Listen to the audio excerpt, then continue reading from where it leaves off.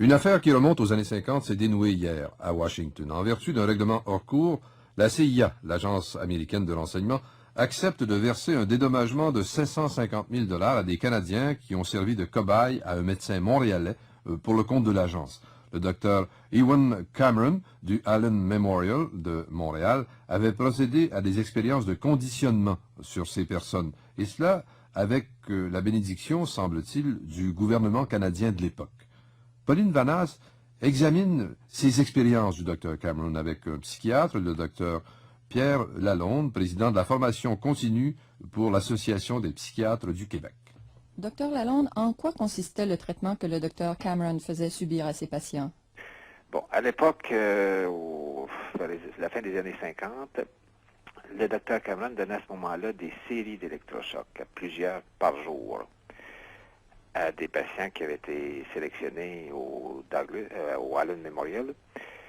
Et à l'époque, c'était selon une certaine théorie qui consistait qu'il y avait possibilité de déprogrammer le cerveau de certaines personnes qui souffraient d'une maladie mentale et qu'à ce moment-là, les événements pourraient reprogrammer le cerveau d'une façon plus favorable. Donc, à cette époque-là, c'était considéré comme une thérapie acceptable. C'était quand même expérimental, ça n'a pas été généralisé par tout le monde. À l'époque, il n'y avait pas d'autres traitements efficaces en psychiatrie. Les médicaments n'étaient pas sur le marché à ce moment-là, les médicaments efficaces qu'on a aujourd'hui. Et on constatait des patients qui avaient des souffrances diverses et on expérimentait certaines choses. Il y avait des barbituriques, il y avait des douches froides, des douches chaudes, des bains, des électrochocs, toutes sortes de choses comme ça, qui sont tombées en désuétude actuellement, sauf peut-être les électrochocs qui ont persisté, mais qui ont maintenant des indications beaucoup plus précises, alors qu'à l'époque, on les essayait pour voir un peu ce que ça donnerait en essayant de soulager les gens qui souffraient de différentes choses. C'était quand même un traitement très violent. On parle d'électrochocs qui étaient de 20 à 40 fois plus intenses que des électrochocs normaux. Oui, quand c'était avancé, les électrochocs au début, c'est ça qui a fait la mauvaise réputation de ce traitement-là. Premièrement, c'était donné sans anesthésie, ce qui n'est plus le cas aujourd'hui. Premièrement, c'était donné beaucoup trop fréquemment. On le sait aujourd'hui, mais à l'époque, on ne le savait pas. Et les intensités électriques étaient aussi mal ajustées. Mais ça venait d'une observation qu'on avait faite, que les gens qui souffraient d'épilepsie avaient moins de diverses maladies mentales. Donc, on cherchait à provoquer une crise épileptique en quelque sorte, alors qu'aujourd'hui, ce ne sont pas les convulsions qu'on sait qui sont importantes dans le traitement des électrochocs, mais à l'époque, on ne savait pas ça. Alors même si, en fait, les patients ont subi des thérapies un petit peu discutables, à ce moment-là, il n'y a personne qui a protesté. Non, c'était normal à ce moment-là. Et le Dr Cameron, à l'époque, jouissait d'une bonne réputation. Ce n'était pas un charlatan, il était dans un centre hospitalier réputé qui conserve toujours sa bonne réputation. Aujourd'hui, sans doute qu'on ne ferait pas ça, mais je pense qu'il faut vraiment juger ça avec les yeux de l'époque. Quelles ont été les conséquences pour les patients qui ont subi ce type de thérapie-là? Bon, on le sait maintenant. C'est malheureux parce que ça a pris beaucoup d'années de recul. C'est un peu comme la thalidomide, si on peut dire, qui, avec les années, on s'est aperçu que c'était un médicament dangereux.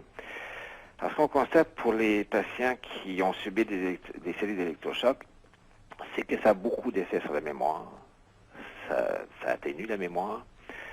Ça a beaucoup d'effets aussi sur le fonctionnement adapté socialement. Alors, c'était des gens qu'on déprogrammait effectivement, mais l'évolution nous a montré que la reprogrammation qu'on espérait ne s'est pas faite. Est-ce que c'était pas un peu délicat de faire comme ça des expériences sans savoir du tout quels pourraient être les résultats? Aujourd'hui, oui. À l'époque, je ne pense pas qu'on voyait les choses de la même façon. On n'avait pas le même type de code de déontologie. Les données éthiques évoluent beaucoup avec les années. C'est vraiment un domaine qui se modifie, qu'on pense à l'avortement, par exemple, qu'on pense à la stérilisation des déficients mentaux. C'est un questionnement qui se pose aujourd'hui, qui est très différent de ce qui se posait autrefois. Et les interdits qu'on se fait aujourd'hui, ou les permissions qu'on se fait aujourd'hui, sont très différentes de ce qui se faisait autrefois. C'est l'évolution de l'humanité qui amène ces modifications de perspective. Docteur Lalonde, je vous remercie beaucoup. C'est un plaisir. À la fin de la guerre de Corée, des informations alarmantes parviennent à Washington. Des centaines de soldats américains sont toujours retenus prisonniers, soumis à des expériences de lavage de cerveau, puis exécutés. Aux États-Unis, les recherches sur la manipulation mentale s'intensifient. L'objectif est désormais de forcer un individu à se soumettre totalement à un contrôle extérieur jusqu'à lui faire accomplir des actes contre sa volonté sans qu'il en garde le moindre souvenir. La réalité vient de rejoindre la fiction. Dans le film Un crime dans la tête de John Frankenheimer, un soldat sous hypnose est programmé pour assassiner un candidat à l'élection présidentielle. Comme si elle s'inspirait du film, la CIA tente de créer ses propres assassins sous contrôle à l'aide de l'hypnose et de la drogue. On crée une nouvelle identité qui est cachée du reste de la personne par une barrière amnésique. Puis à l'aide d'un code d'accès, on peut faire appel à cette nouvelle identité pour remplir une mission quelconque. Pour créer des assassins sous contrôle, la CIA doit surmonter deux gros problèmes. Comment provoquer l'amnésie et comment programmer de nouveaux comportements. En 1957, le docteur Ewen Cameron, un éminent psychiatre de Montréal, pense avoir trouvé la solution. L'agence l'a contacté parce qu'elle avait remarqué son travail, notamment deux techniques, l'électrothérapie intensive et ce qu'il appelait la conduite psychique. Cameron applique ces techniques en les faisant passer pour des thérapies classiques. C'est difficile de décrire à quel point les techniques proposées par Cameron et financées par notre gouvernement étaient horribles et abjectes. Il y a une technique en 3 étapes qui commence par l'effacement des comportements et des modèles passés. Et il y parvenait par le biais de doses massives et répétées d'électrochocs jusqu'à ce que le sujet ne puisse plus avoir de convulsions. Cameron passe ensuite des messages enregistrés dans un casque fixé sur la tête du patient. Cette conduite psychique force le sujet à entendre des phrases répétitives pendant des semaines entières, afin de programmer de nouveaux comportements. La phase finale consistait à effacer tout souvenir de ce qui s'était passé, en endormant les sujets pendant 30 ou 40 jours. Tout ça accompagné de différents cocktails de médicaments. Ça n'a rien d'une thérapie, c'est du lavage de cerveau. Depuis que les Grecs ont inventé l'éthique médicale, la première règle a toujours été « je m'abstiendrai de tout mal ». C'est la règle que Cameron a violée. Pendant 4 ans, la CIA financera entièrement le travail de Cameron dans l'espoir de mettre ces techniques à profit pour créer un assassin programmable. À travers tout le pays, d'autres psychiatres dans des hôpitaux, des prisons et certaines grandes universités sont également financés par l'agence. Toutes les techniques possibles de lavage de cerveau sont explorées. L'une d'elles en particulier occupera l'agence pendant des années. L'hypnose. L'objectif que visait la CIA, c'était de pouvoir donner à quelqu'un sous hypnose l'ordre d'assassiner quelqu'un d'autre, comme dans le film Un crime dans la tête. Mais l'assassin ne doit pas se souvenir de ses actes. Vous pouvez prendre un individu lambda, lui faire suivre un entraînement et l'envoyer au combat tuer l'ennemi. Le but de l'hypnose, ce n'est pas que le sujet appuie sur la gâchette, c'est qu'il ne s'en souvienne pas. Comme ça, s'il est capturé et interrogé, il ne peut rien dire.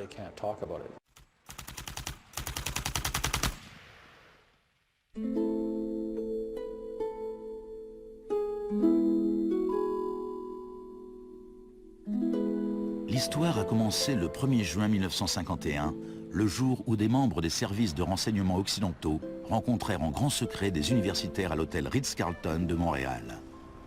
Cette réunion allait lancer un programme de recherche sur la privation sensorielle à l'université McGill, programme financé par l'armée. Sensory deprivation really is a way of producing extreme monotony. It causes loss of critical capacity. The thinking is less clear.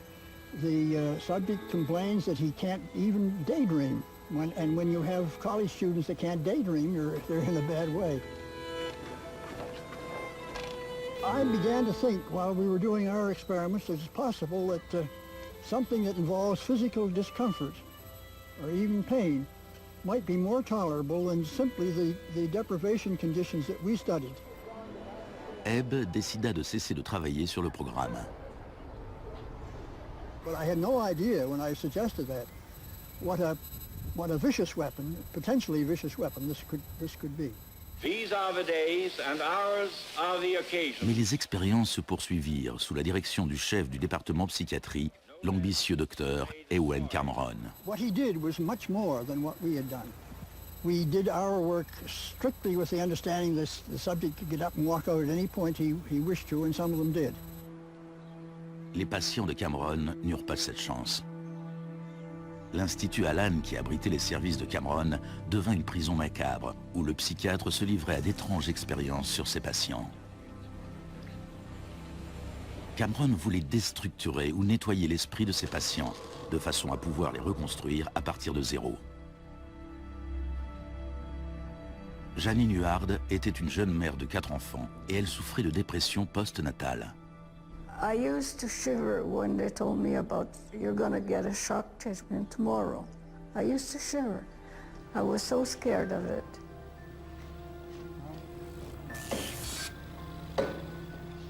And I would wake up in another room, all mixed up and sad, and it used to make me very sad after.